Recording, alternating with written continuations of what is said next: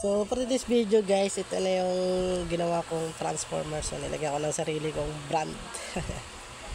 Ayan. So ito yung mga output nya. Ito yung primary na red. Tapos ito yung mga secondary nya. Ito yung high rail or main amp. Papunta sa main amp. Sa fan. Tapos ito yung sa buffer, input buffer. At ito yung sa relay 17.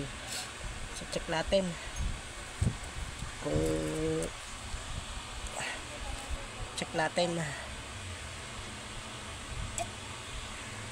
kung gumana ba talaga.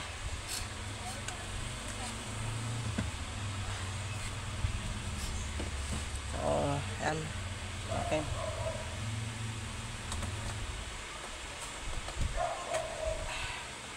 Set natin yung tester natin sa ano. Ayan. Sa AC. So, una mo natin i-check yung kanyang pinaka input. So, yan. 230 volts.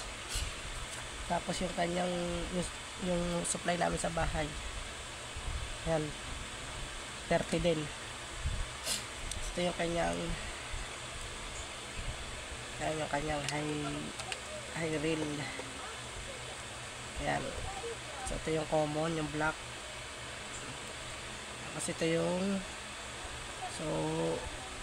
60 kabila. Ayan, 60 din.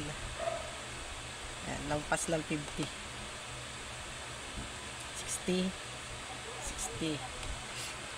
So para mas maganda ay gamit tayo ng digital para makita natin.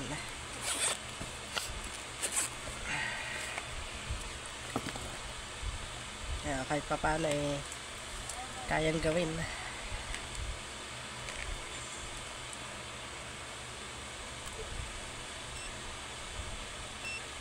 Kaya easy.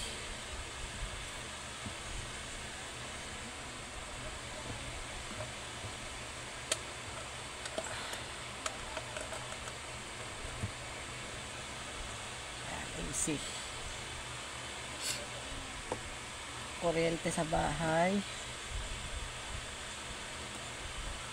Ayan, 232. Input ng transformer 231. Output high rail. Ayan, 61.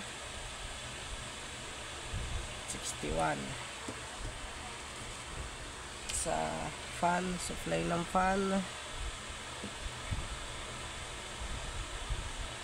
Yan, almost 12. Sa relay 17. Sa tone control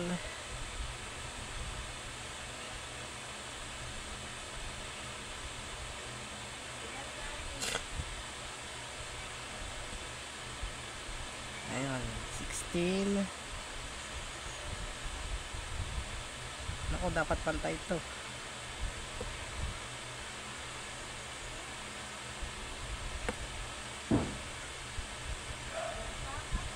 Ayun, 16. Ayan. So good job. Ayan, so good job. Hahaba niya, oh. Dako.